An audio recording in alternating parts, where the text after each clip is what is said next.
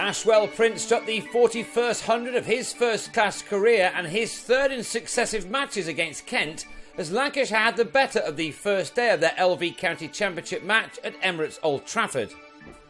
Acting captain Stephen Croft won the toss and decided to have first use of the track in Manchester.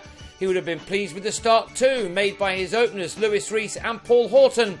Lancashire would have been in a confident mood after starting their season with a big win over Derbyshire last week.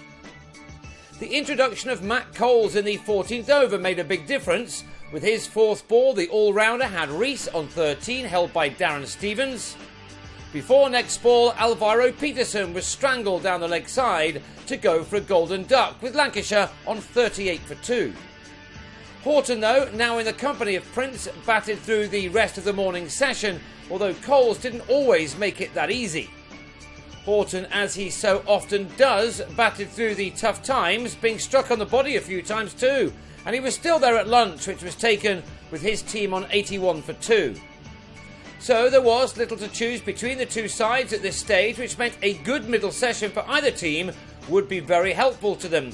Prince, who fell just short of 100 in his last innings in Derby, was soon looking in the mood under the sunshine. Horton, meanwhile, had his efforts rewarded with a 50, one made off 114 balls, that being his 7th four. It looked to be the kind of surface where once in, batsmen could thrive, and Horton had certainly done that as he made his first half-century since last August. He was looking good here by now though, and it appeared to be a good toss for Croft to win in the absence of Tom Smith, who has a back problem. The partnership between these two experienced players moved up to 98 as Kent went 26 overs without any success.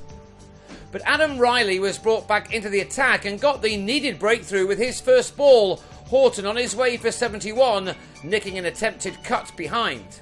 That brought in Croft with the total reading 136 for 3. While he bedded in, Prince launched Riley over the top for a maximum for the South African to post his 50 off 85 balls.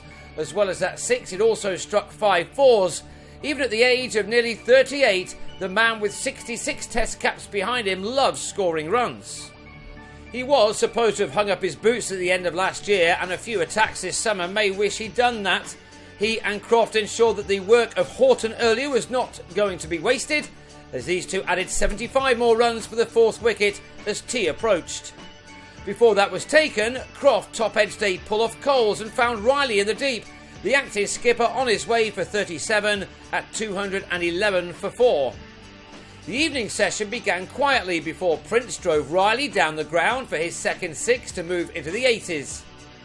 He was really well backed up by Alex Davis, a young man who's already suggesting that a big season lays ahead for him. It was his career best 89 in the second innings in Derby, which turned that game his side's way, and he'd clearly taken a lot of confidence from that knock into this one. It must help a young player to have time at the crease with someone like Prince, and he managed to do what he just failed to do in the East Midlands last week by completing his 100 off his 157th delivery. He'd hit 2 sixes in that, but only 5 fours and none in his second 50, which shows that he still has plenty in his legs. However, he was soon on his way as he drove Mitch Claydon to cover. He'd gone for 106 at 286 for 5. There should have been more success for Kent too before stumps were drawn. Jordan Clark, making his first-class debut, got away with this edge off Riley, while Billings couldn't hold on to an edge offered by Davis off Stevens. There was some confusion at the end of the day as Davis appeared to be caught in the gully, but after some consultation the umpires decided not to give it out. It meant that Davis was able to survive to head into day 2 just 3 runs shy of his second successive half-century, and with plenty of time still left to bat. Lancashire will be pleased with their day. Their batting already looks stronger than it has done over the last couple of years, and they will go again on the second morning on 317 for 5.